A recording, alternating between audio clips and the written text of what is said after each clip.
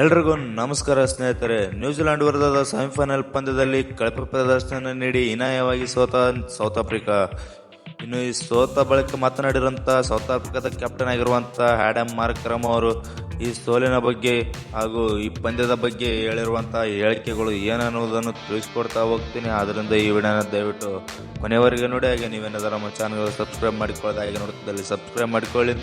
ಹೌದು ಸ್ನೇಹಿತರೆ, south Africa ತಂಡವು ನ್ಯೂಜಿಲೆಂಡ್ ವಿರುದ್ಧದ ಪಂದ್ಯದಲ್ಲಿ 9 ವಿಕೆಟ್ಗಳಿಂದ ಹೀನಾಯವಾಗಿ ಸೋತ ಬಳಿಕ ಮಾತನಾಡಿದರು ಸೌತ್ ಆಫ್ರಿಕಾದ ಕ್ಯಾಪ್ಟನ್ ಆಗಿರುವಂಥ ಆ್ಯಡಮ್ ಮಾರ್ಕ್ರಮ್ ಅವರು ಏನೆಲ್ಲ ಹೇಳಿದ್ದಾರೆ ಎಂಬುದನ್ನು ನೋಡೋಣ. ಅದಕ್ಕೂ ಮುಂಚೆ ಈ ಪಂದ್ಯದ ಹೈಲೈಟ್ಸ್ ನೋಡ್ಕೊಂಡು ಬರುವುದಾದರೆ, ಟಾಸ್ ಸೋತಿಗೆಸಿ ಬ್ಯಾಟಿಂಗ್ಗೆ ಬಂದಂಥ ಸೌತ್ ಆಫ್ರಿಕಾ ತಂಡವು ಕಳಪೆ ಬ್ಯಾಟಿಂಗ್ ಪರ್ಫಾರ್ಮೆನ್ಸ್ನಿಂದ ನಿಗದಿತ 20 ಓವರ್ನಷ್ಟಕ್ಕೆ 8 ವಿಕೆಟ್ ಕಳೆದುಕೊಂಡು 169 ರನ್ ಕಲೆ ಹಾಕಲಷ್ಟೇ ಶಕ್ತವಾಯಿತು. ಇನ್ನು ಇದರೊಳಗಡೆ ಡೇವಿಡ್ ಬ್ರೆವೈಸ್ 34 ರನ್, ಟ್ರಾಸ್ಟನ್ ಸ್ಟಬ್ 29 ರನ್ ಹಾಗೂ ಮಾರ್ಕ್ ಜೇಸನ್ ಅವರು 55 ರನ್ ಇವರು ಬಿಟ್ಟರೆ ಮತ್ತೆ ಮಿಕ್ಕಿದ ಯಾವುದೇ ಬ್ಯಾಟರ್ ಸಹ 2 ಅಂಕೆಯ ಮೊತ್ತವನ್ನು ಕಲೆ ಹಾಕಲಿಲ್ಲ. ಇದರ ನೆರವಿಂದನಾಗಿ ಸೌತ್ ಆಫ್ರಿಕಾ ತಂಡವು 160+ ರನ್ಗಳನ್ನು ಕಲೆ ಹಾಕಲು ಯಶಸ್ವಿಯಾಯಿತು. ಇದರೊಳಗಡೆ ಮ್ಯಾಥ್ ಹೆನ್ರಿ 2 ವಿಕೆಟ್ ಹಾಗೂ ಕೋಕೋ ಮೆಕ್ವೆನ್ ಅವರು 2 ವಿಕೆಟ್, ಲಾಕಿ ಫರ್ಗ್ಯೂಸನ್ ಮತ್ತು ಜಾಮಿನಿಸನ್ ಅವರು ತಲಾ 1 ವಿಕೆಟ್ ಹಾಗೂ ರಚಿನ್ ರವೀಂದ್ರ ಅವರು 2 ವಿಕೆಟ್ ಕಬಳಿಸಿ ಮಿಂಚಿದರು ಸ್ನೇಹಿತರೆ. ಇನ್ನು ಸಾಧಾರಣ ಮೊತ್ತವನ್ನು ಚೇಸ್ ಮಾಡಲು ಬಂದಂಥ ನ್ಯೂಜಿಲೆಂಡ್ ತಂಡವು 12.5 ಓವರ್ಗಳಲ್ಲಿ ತನ್ನ 1 ವಿಕೆಟ್ ಕಳೆದುಕೊಂಡು ಭರ್ಜರಿಯಾಗಿ ಈ ಚೇಸ್ ಮಾಡೋದರ ಮೂಲಕ ಫೈನಲ್ಗೆ ಕಾಲಿಟ್ಟ ಮೊದಲ ತಂಡ ಎನಿಸಿಕೊಂಡಿತ್ತು. ಇನ್ನು ಇದರೊಳಗಡೆ ಪಿನ್ನಾಲೆನ್ ಅವರು ಭರ್ಜರಿಯಾಗಿ ಶತಕ ಸಿಡಿಸಿದರು. ಫಾಸ್ಟೆಸ್ಟ್ 100 ರನ್ ಸಿಡಿಸುವುದರ ಮೂಲಕ 33 ಬಾಲ್ಗಳಲ್ಲಿ 10 ಬೌಂಡರಿ ಹಾಗೂ 8 ಸಿಕ್ಸರ್ ಒಳಗೊಂಡಂಥ 333ರ ಸ್ಟ್ರೈಕ್ ರೇಟ್ನಲ್ಲಿ ಬ್ಯಾಟಿಂಗ್ ಮಾಡಿ ಮಿಂಚಿದರು. ಇನ್ನು ಇವರಿಗೆ ಸಪೋರ್ಟ್ ಕೊಟ್ಟಂಥ ಟೀಮ್ ಸೆಪರ್ಟ್ ಅವರು 58 ರನ್ 33 ಬಾಲ್ಗಳಲ್ಲಿ 7 ಬೌಂಡರಿ ಹಾಗೂ 2 ಸಿಕ್ಸರ್ ಒಳಗೊಂಡಂಥ 175ರ ಸ್ಟ್ರೈಕ್ ರೇಟ್ನಲ್ಲಿ ಬ್ಯಾಟಿಂಗ್ ಮಾಡಿದರು. ಇವರ ನೆರವಿನಿಂದ ನ್ಯೂಜಿಲೆಂಡ್ ತಂಡವು 9 ವಿಕೆಟ್ಗಳಿಂದ ಭರ್ಜರಿಯಾಗಿ ಜಯಗಳಿಸಿತು. ಇನ್ನು ಇದಾದ ಬಳಿಕ ಮಾತನಾಡಿದಂಥ ಸೌತ್ ಆಫ್ರಿಕಾದ ಕ್ಯಾಪ್ಟನ್ ಆಗಿರುವಂಥ ಆ್ಯಡಮ್ ಮಾರ್ಕ್ರಮ್ ಅವರು ಏನೆಲ್ಲ ಹೇಳಿದ್ದಾರೆ ಈ ಪಂದ್ಯದ ಬಗ್ಗೆ, ಈ ಪಂದ್ಯದ ಸೋಲಿನ ಬಗ್ಗೆ ಪ್ರಮುಖ ಕಾರಣಗಳನ್ನು ಸಹ ತಿಳಿಸಿದ್ದಾರೆ ಸ್ನೇಹಿತರೆ.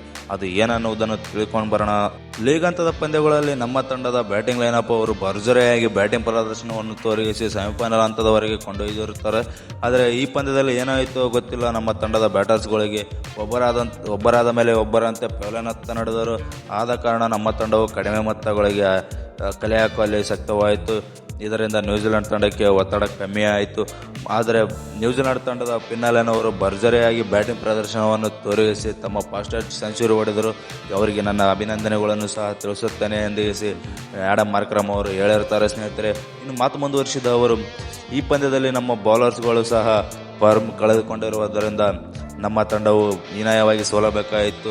ಮುಂಬರುವಂಥ ಪಂದ್ಯಗಳಲ್ಲಿ ನಮ್ಮ ತಂಡವು ಒಳ್ಳೆ ಬ್ಯಾಟಿಂಗ್ ಮತ್ತು ಬೌಲಿಂಗಲ್ಲಿ ಎರಡರಲ್ಲೂ ಸಹ ಒಳ್ಳೆ ಪರ್ಫಾರ್ಮೆನ್ಸ್ ತರುವುದರ ಮೂಲಕ ಪಂದ್ಯಗಳನ್ನು ಗೆಲ್ಲುತ್ತೇವೆ ಎಂದು ಅವರು ಹೇಳಿರುತ್ತಾರೆ ಸ್ನೇಹಿತರೆ. ಇನ್ನು ಮಾತು ಮುಂದುವರಿಸಿದ ಅವರು, ನಮ್ಮ ಕಡೆಯಿಂದ 99% ಎಫೆಕ್ಟನ್ನು ಸಹ ಹಾಕ್ತೇವೆ, ಆದರೆ 1% ಲಕ್ ಮಾತ್ರ ಬ್ಯಾಡ್ ಲಕ್ ಮಾತ್ರ ನಮ್ಮ ಹಿಂದೆ ಬಿಡುತ್ತಾನೇ ಇಲ್ಲ. ಎಷ್ಟೋ ಸೆಮಿಫೈನಲ್ ಪಂದ್ಯಗಳು ಹಾಗೂ ಕಳೆದ ಸೀಸನಲ್ಲಿ ನಡೆದಂಥ ಇಂಡಿಯಾ ವಿರುದ್ಧದ T20 ವರ್ಲ್ಡ್ ಕಪ್ ಫೈನಲಲ್ಲಿ ಸಹ ನಮ್ಮ ತಂಡ ಫೈನಲಲ್ಲಿ ಎಡವಿಗೇಸಿ ಫೈನಲಲ್ಲಿ ಸೋಲಬೇಕಾಯಿತು. ಇನ್ನು ಮಾತು ಮುಂದುವರಿಸಿದ ಅವರು, ಮುಂಬರುವಂಥ ಎಲ್ಲ ಪಂದ್ಯಗಳಲ್ಲಿ ಭರ್ಜರಿಯಾಗಿ ಪ್ರದರ್ಶನ ನೀಡುತ್ತೇವೆ ಎಂದು ಸಹ ಹೇಳಿರ್ತಾರೆ ಸ್ನೇಹಿತರೆ. ನಿಮಗೇನಿಸುತ್ತೆ ಸ್ನೇಹಿತರೆ, ಮುಂಬರುವಂಥ ODI ವರ್ಲ್ಡ್ ಕಪ್ಪಲ್ಲಿ ಸೌತ್ ಆಫ್ರಿಕಾ ತಂಡವು ಕಪ್ ಗೆಲ್ಲುತ್ತೋ ಇಲ್ವೋ ಎಂಬುದನ್ನು ಕಮೆಂಟ್ ಮಾಡೋದ್ರ ಮೂಲಕ ತಿಳಿಸಿ. ಹಾಗೆ ನೀವೇನಾದರೂ ನಮ್ಮ ಚಾನಲ್ಗೆ ಸಬ್ಸ್ಕ್ರೈಬ್ ಮಾಡಿಕೊಂಡಿಲ್ಲ ಅಂದರೆ ಸಬ್ಸ್ಕ್ರೈಬ್ ಮಾಡಿಕೊಳ್ಳಿ. Thank you all. ಮತ್ತೆ ನೆಕ್ಸ್ಟ್ ವಿಡಿಯೋದಲ್ಲಿ ಸಿಗೋಣ ಸ್ನೇಹಿತರೆ.